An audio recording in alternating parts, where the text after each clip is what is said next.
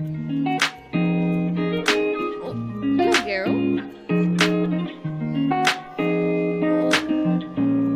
Hello, Garo.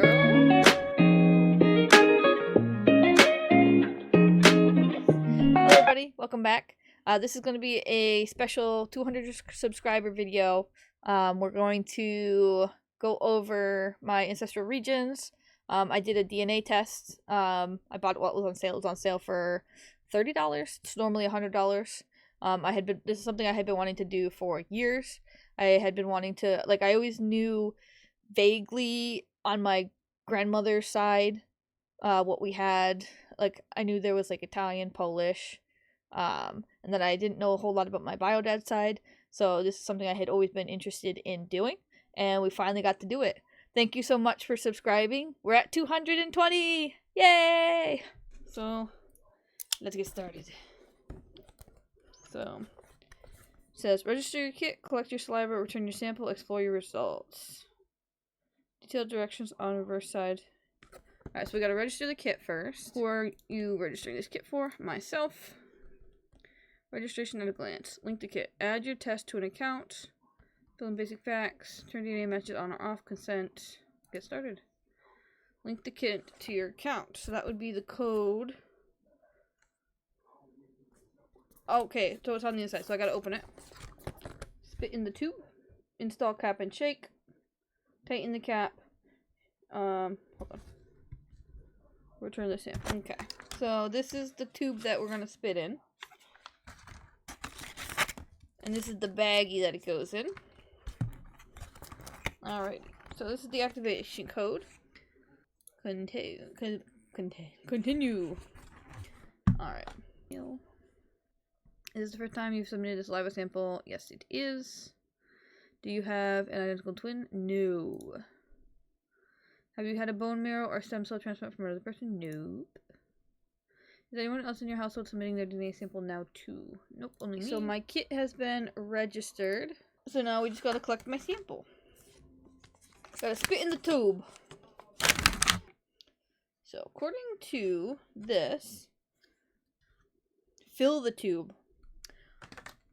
I have to fill it up to this line. So that's how much I have to add to this tube.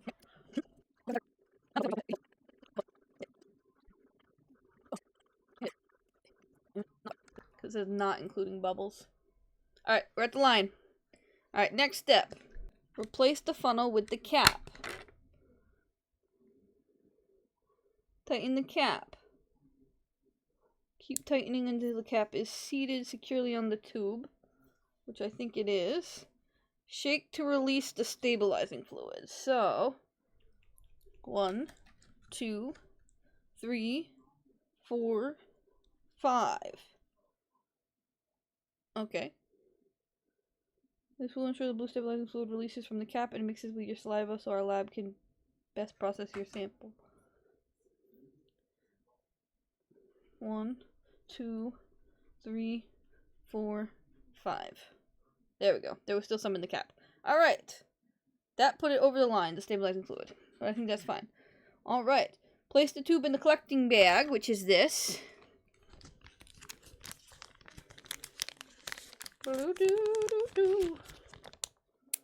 Return your sample. Place it in the prepaid box. So now that that's done, it goes back in the box.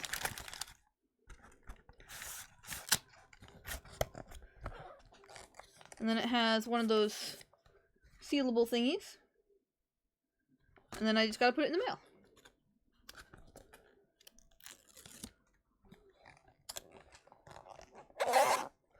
And it has all the shipping information on it, so I just gotta put that in the mail and we're good.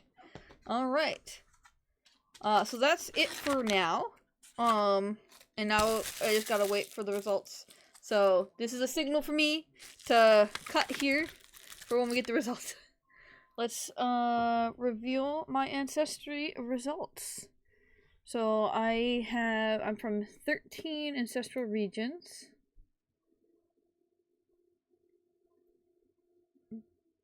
Okay. So I have 20%, 24% southeastern England and northwestern Europe, 8% Devon and Somerset, 7% East England, 3% West Midlands, 11% Northern Wales and Northwest England, 10% Central Scotland and Northern Ireland, 5% Southern Wales, 2% Hebrides and Western Highland Scotland, 2% Munster Ireland, 16% Southern Germanic Europe, 5% the Netherlands, 2% Northwestern Germany, and then 5% Northeastern Poland. I got 0% of the Italian. That is a bummer. Southeastern England and Northwestern Europe, 24%. The regions along the English Channel share more than 1,000 years of history. Southern England, French Normandy, and the Low Countries of Belgium and the Netherlands have been linked by trade, conquest, and cultural exchange since medieval times. Imported Cotswold wool was spun by Flemish weavers. Norman stones and architectural styles shaped English cathedrals. Such commercial connections preceded William the Conqueror's 1066 invasion, which transformed English history and language. Centuries later, these coastlines became battlegrounds during the world wars of the 1900s. Today, the Channel Tunnel, shipping routes, and airlines continue the connection linking England and mainland Europe. Oh, that's a pretty picture. The hills and coastlines of Devon and Somerset are part of England's rural heritage. The southwestern region stretches from rocky coastlines to rolling moors and lush farmlands. Rich pastures gave rise to Devon's famous clotted cream. Somerset's cider-making tradition dates back to Norman times, when monks improved ways to transform apples into alcohol.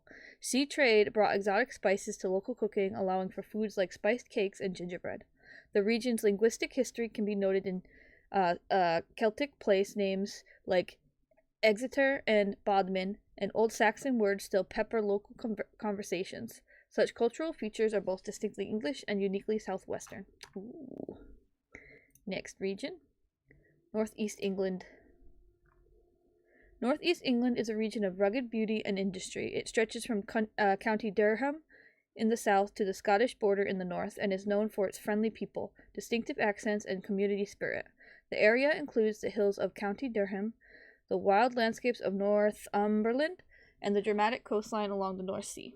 The Industrial Revolution made the region famous for coal mining, shipbuilding, and steel production, expanding cities like Newcastle and Sunderland. Today, the Northeast region offers everything from the bustling city life of Newcastle to the peaceful North Pennines. Now the West Midlands. Oh, look at that. That's pretty.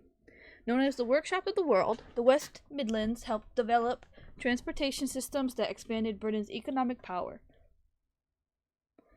During the Industrial Revolution, Birmingham's jewellery quarter produced fine metalwork. Nearby iron and steel production covered the Black Country with coal dust and smoke, leaving residents with persistent breathing problems. Today, the region is the center of Britain's car industry, home to companies like Jaguar and Land Rover. Birmingham offers a vibrant food scene and music venues within driving distance of the peaceful countryside of Shropshire and Warwickshire. The region remains an important center for manufacturing, technology, and transportation in modern England. Northern Wales and Northwest England, 11%. Our Northern Wales and Northwest England region stretches from the Welsh mountains of Snowdonia to the busy English cities of Manchester and Liverpool. The region includes the beautiful Lake District, rugged coastlines, and Cheshire's rolling hills. Northwest England was a powerhouse of the Industrial Revolution. Manchester became known as Cottonopolis because of its many textile mills, and Liverpool grew into a critical port, which docks, handling much of the important cotton that fueled Britain's textile industry.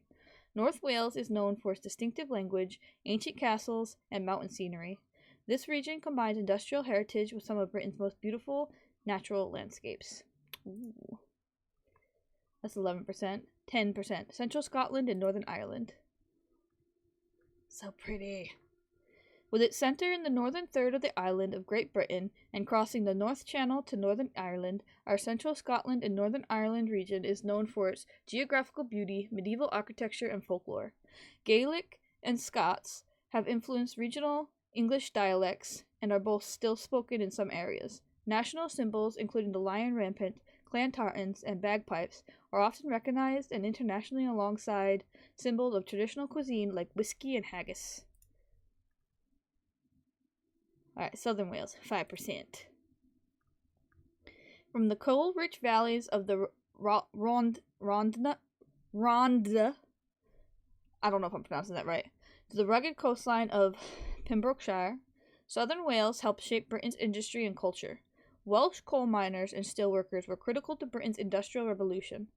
Their communities formed men's choirs that developed distinctive harmonies, building on a Celtic heritage of storytelling and song. The rolling hills of the Brecon Beacons provided Welsh lamb and local cheeses, while coastal fishing villages thrived on catches of mackerel and herring. Together, these influences combined to make Southern Wales unlike any other region in Britain. Our Western Highlands and Hebrides region stretches along the rugged northern Atlantic coast. Long associated with Gaelic traditions, or Gaelic culture, this area preserves many traditional practices, including... I need to look how to pronounce that. I'll pronounce Kaylee, rhyming with daily, as in the is silent and the s sounds like the K. Alright. Long associated with Gaelic culture, this area preserves many traditional practices, including Cayley, informal gatherings that feature storytelling, music, and dance, and Scottish Gaelic is still spoken in parts of the Outer Hebrides. The landscape has long been shaped by sea and stone, windswept moors, peat bogs, sea locks, and jagged cliffs. Prehistoric peoples have also left their mark with Neolithic... Let me look up how to pronounce this. Is it menhirs?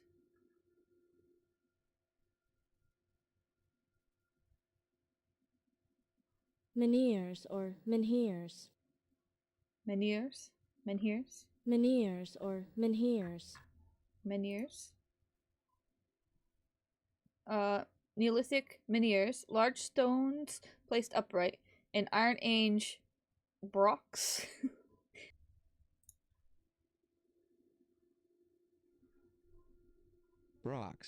Brocks. Okay.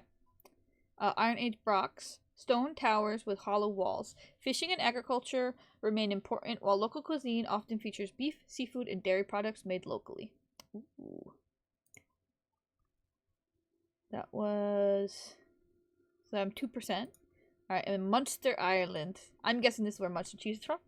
Our Munster region encompasses much of the island's south and southwest and is home to major cities such as Cork, Limerick, and Waterford. Munster is famed for its many castles and early monasteries, including Blarney Castle and the Rock of Cashel, and for its strong traditions in Irish folk music. Many goddesses from Irish mythology, Claudia, Ain, and Mormont, to name a few, are associated with this region, as are legends like the druid god Mugruth and the High King Brian Boru. I'm gonna have to look these up after to get the pronunciation. Hurling, rugby, and soccer are all popular sports, and local food specialties include fresh seafood, spiced beef, and artisanal cheeses from the region's villages and seaside towers. Ooh, that sounds fun. Except the running. I don't like running. Southern Germanic Europe. 16%. Germany's wealthiest and most scenic localities lie in its southernmost region, home to the German Alps and Alpine lakes. It is also home to world-famous car manufacturers such as BMW and Audi, which power the economy and make the city of Munich one of the most expensive cities in Germany. Southern Germans also have a reputation for standing out culturally from other Germans. The saying, "Mia san mia," we are who we are, expresses such pride.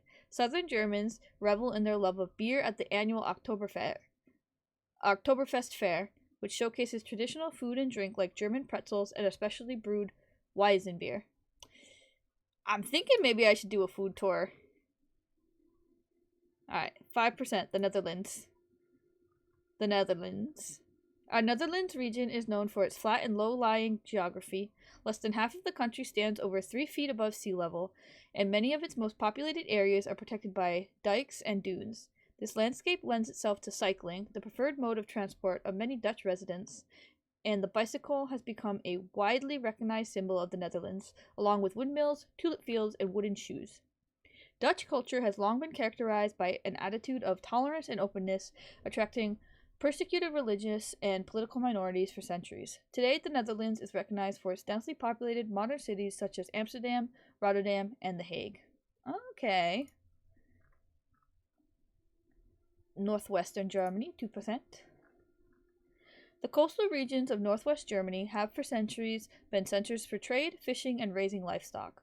Once the heartland of the powerful Hanseatic League trade union, the culture-rich region now boasts major urban centers and shopping ports such as Hamburg and Bremen, as well as flat, grassy lowlands taken back from the sea and marshes by extensive dike construction. In East Frisia, the picturesque sand dune islands, beaches, and local tea traditions attract millions of tourists each year, while the area's unique architectural forms, such as the Low German House, don't know how to pronounce that. Ooh, wrong one. How to pronounce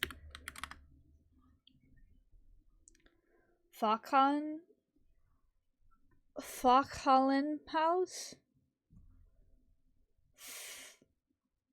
Fach, like Bach. So, Fachhallen, like hall, so Holland. Fachhallen House. Fachhallenhaus. Okay. Low German House, Fachhallenhaus, and the brick Gothic style are well known. Okay. Next. So that was northwestern Germany, 2%. And then 5% northeastern Poland. So I got the Polish. I didn't get any of the Italian though.